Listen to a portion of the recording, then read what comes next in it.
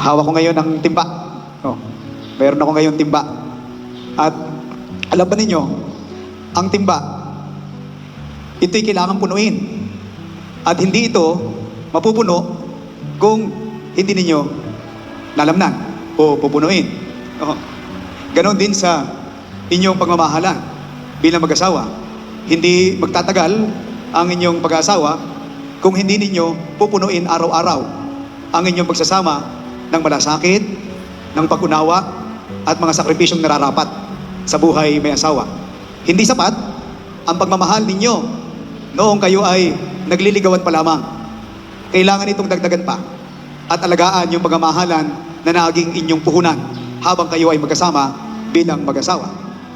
At ang timba ay napupuno kung ano ang isinasalok at yung inilalagay mo dito. Doon lamang mapupuno yon. Kung marumi ang isinalok mo, edi marumi din ang may ilalagay mo dito sa timba. Kung pagmamahal ang inyong sinalok, kabutihan at respeto ang inyong isinalok sa isa't isa, yun din naman ang babalik sa inyo at yun ang mapapakinabangan ninyo. Walang iba kundi yung pagmamahalan at respeto. Ikatlo, ang timba ay ginagamit hindi lamang para sa sarili. Hindi para sa sarili at kundi ito ay ginagamit natin upang ipaglingkod sa iba, ibinabahagi. At hindi kayo nag-asawa, Larry at Shara May, para lamang sa inyo sa sarili. Ang pagmamahalan ninyo ay magiging daluyan ng biyaya para sa isa't isa. Ganon din sa magiging mga anak ninyo at sa komunidad na inyong kinabibilangan. Ang timba ninyo ng pag-ibig ay hindi lamang ito para itago, kundi para ibuhos sa daigdig yung laman nito. Kapat, minsan alam natin, ang timba, pag laging ginagamit, nababasag, nabubutas. Sa inyong pagkasama ng panghabang buhay, ganun din. Maaaring magkalamat, maaaring magkabasag ang inyong pagmamahalan.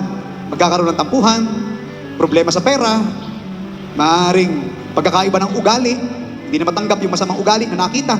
Makalipas ang ilang panahon, pero huwag kayong matakot mag-ayos ng inyong pagsasama. Kahit ang basag na timba, kapag ito'y inayos natin, maaaring maging mas matibay pa minsan ang timba kaysa dati. Ganon din sa pagsasama. Kapag inayos ninyo ang anumang gusot, ang inyong kakulangan, ang inyong kahinaan, nagiging mas maayos kung minsan ang pagkasama kaysa dati ng buhay mag-asawa. At ang tunay na pinagkukunan ninyo ng tubig na ilalagay sa timba, na ilalagay ninyo sa inyong pagkasama, ay walang iba kundi ang Diyos. Ang Diyos ang pinagbubukulan ng tubig ng pagmamahalan. Kahit gaano ninyo pagpursigihan, alam ba ninyo na ang tubig ng pagmamahalan ay mauubos kung hindi kayo laging kukuha ng biyaya na galing sa Diyos. Ang tubig ng inyong timba ay hindi magmumula sa inyong sarili lamang, kundi sa Diyos na nagbibigay ng walang katapusang pag-ibig. Amen? Kaya, Larry at Shara May, ngayong araw na ito, hinihiling ko sa inyo, punuin ninyo araw-araw ang inyong timba ng pagmamahalan at pagtitiwala sa isa't isa. Salupin ninyo ito mula sa bukal ng Diyos. Tuwing kayo ay magdadasal sa gabi, bago kayo matulog at pagkagising. Ganon din sa inyong pagsisimba tuwing araw ng linggo. At ibahagi ninyo ang biyayang inyong matatamo sa isa't isa, sa inyong mga anak, at sa buong daigdig na inyong gagalawan. Amen. O regalo ko na ito sa inyong dalawa, ang timbang yan, alaala ng inyong kasal.